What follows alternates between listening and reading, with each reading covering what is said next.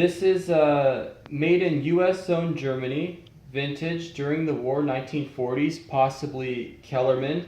Monorail, futuristic lithograph, and has two cars, a red car, green car. For the purpose of the demonstration, I'm going to use only one car, the green car. And the wind-up mechanism works perfectly.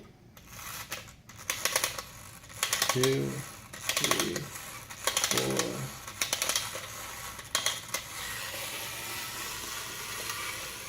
So I think it's designed to, when played with, to tilt it one way and then the other way.